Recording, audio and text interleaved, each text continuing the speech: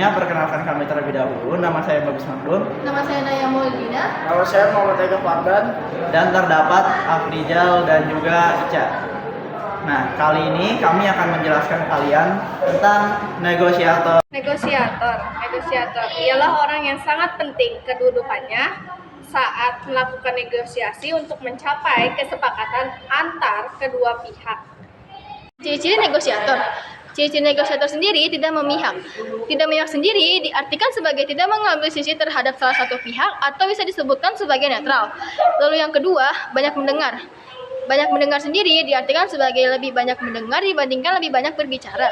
Lalu yang ketiga, ada percaya diri. Percaya diri sendiri diartikan sebagai keyakinan pada diri sendiri atau kemampuan seseorang dalam menilai posisi atau usulan seseorang. Lalu yang keempat, mempunyai banyak informasi. Memiliki banyak keterangan, pernyataan, gagasan, dan tanda-tanda yang mengandung nilai, makna, dan pesan.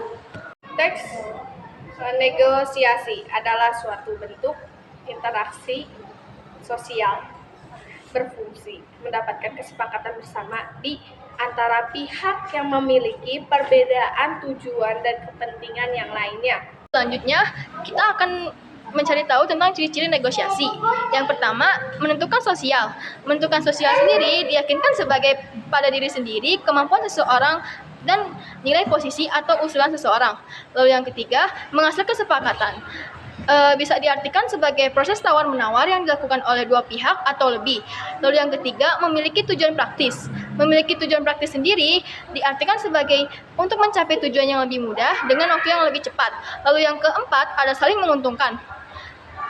Di sini diartikan sebagai kondisi di mana kedua belah pihak mendapatkan keuntungan dari kesepakatan yang dibuat. Selanjutnya, kita di sini akan membahas tentang macam-macam teks negosiasi. Pertama, ada yang namanya negosiasi formal. Negosiasi ini biasanya terjadi dalam rangka seperti semisal kayak hukum. Dan kedua, terdapat yang namanya negosiasi informal. Negosiasi ini biasanya melibatkan kita dalam kehidupan sehari-hari atau biasa tentang kayak hubungan internasional gitu. Ketiga, ada yang namanya negosiasi gaji atau kontrak kerja.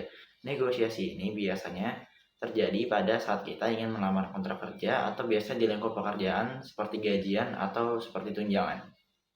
Nah, selanjutnya kita akan membahas tentang jenis-jenis teks negosiasi.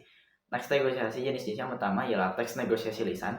Biasanya penyajiannya itu dalam bentuk dialog saat kita mungkin menawarkan harga yang lebih murah saat transaksi jual beli di pasar. Nah, yang kedua, ada yang namanya teks negosiasi campuran. Nah, penyajiannya itu biasanya dalam bentuk narasi dan juga dialog. Biasanya kita jumpai dalam bentuk cerpen. Ketiga, ada yang namanya teks negosiasi tulisan. Nah, teks negosiasi tulisan ini biasanya penyajiannya dalam bentuk tulisan. Mungkin seperti kayak by WhatsApp itu, kita mendapatkan informasinya itu melewati tulisan. Perbedaan antara negosiator dan negosiasi yaitu negosiator adalah orang yang melakukan negosiasi baik secara individu maupun tim dan mewakili kepentingan pihak atau organisasi. Sedangkan negosiasi adalah proses komunikasi antara dua atau lebih pihak untuk mencapai kesepakatan dan bertujuan mencapai kesepakatan yang memuaskan semua pihak. Nah, kita telah sampai kepada saat teks bahasan dari teks negosiasi ini. Nah, teks bahasan yang pertama ialah pronomia atau kata ganti orang. Nah, kata ganti orang ini biasanya kita gunakan pada saat kita berdialog pada orang lain. Kedua, ada namanya kalimat langsung. Nah, kalimat langsung ini ialah kalimat yang langsung disampaikan penutur melalui dialog. Ketiga, ialah kalimat integratif. Nah, kalimat integratif ini biasanya kita gunakan pada saat ingin menanyakan sesuatu, bisa barang maupun jasa. Yang keempat ialah kalimat persuasif. Nah, kalimat ini biasanya kita gunakan untuk membujuk atau menarik perhatian para pembeli. Nah, terakhir ialah tuturan pasangan. Nah, tuturan pasangan ini ialah seperti kayak kita ingin tanya jawab atau ingin berucap salam kepada sang penjual maupun pembeli tersebut. Yang pertama ada struktur teks negosiasi. Yang pertama ada orientasi adalah pengenalan atau pembukaan dalam setiap cerita. Yang kedua ada permintaan. Permintaan harus menyesuaikan suatu barang dan juga kebutuhan seseorang. Nah, untuk kebutuhan seseorang kan pasti ada beda-bedanya dan pasti tidak menyesuaikan apa yang dia mau. Nah, di sini kita harus menyesuaikan barang apa yang kita mau dan kita butuhkan. Yang ketiga ada pemenuhan, lebih untuk menyediakan barang dan jasa seksual atau kesanggupan memenuhi keinginan seseorang atau yang lain ataupun diri kita sendiri. Nah, ada 4, ada penawaran. Nah, proses ketika tawar menawar. Jadi tawar menawar kayak saya membeli suatu barang dan harganya lebih mahal apa yang saya kira. Nah, akhirnya saya menawar. Nah, untuk menawar itu bisa di pasar, karena di pasar lebih mudah untuk ditawar. Yang selanjutnya ada 5, persetujuan. Nah, ketika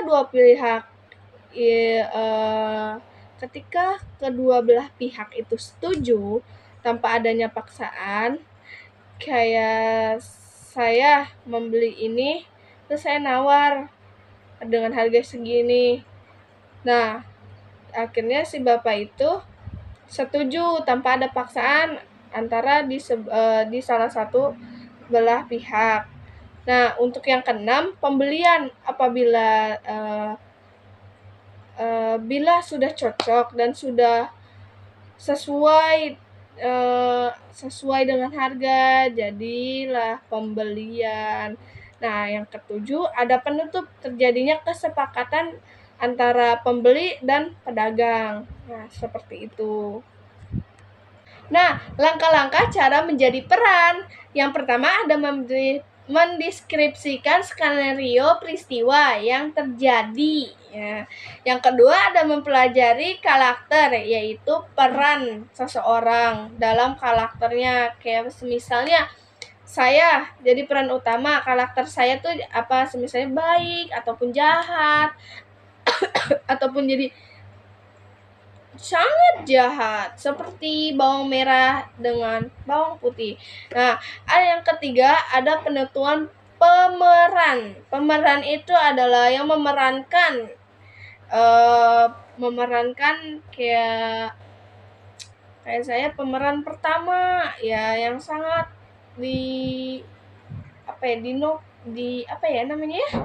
kayak sangat penting lah ya di dunia peran itu ya.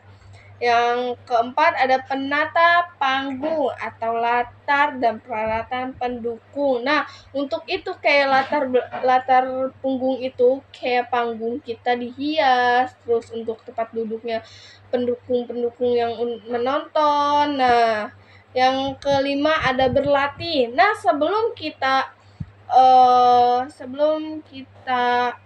mulai memperankan atau kita membuat cerita.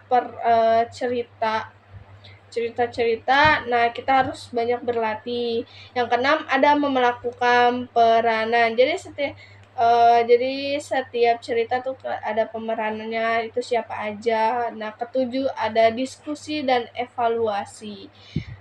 Untuk diskusi itu kita mendiskusikan nih jalan ceritanya seperti apa, yang ininya apa. Terus untuk evaluasi itu kita bareng-bareng lah untuk untuk mencari yang lebih paham lagi, jadi yang lain juga memahami. Lalu selanjutnya ada langkah-langkah membuat teks negosiasi. Yang pertama, menentukan topik. Yang kedua, menentukan pihak yang terlibat. Yang ketiga, menentukan perbedaan kepentingan antara dua pihak.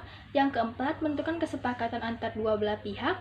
Yang kelima, menyusun kerangka teks. Yang keenam, mengembangkan kerangka menjadi teks utuh.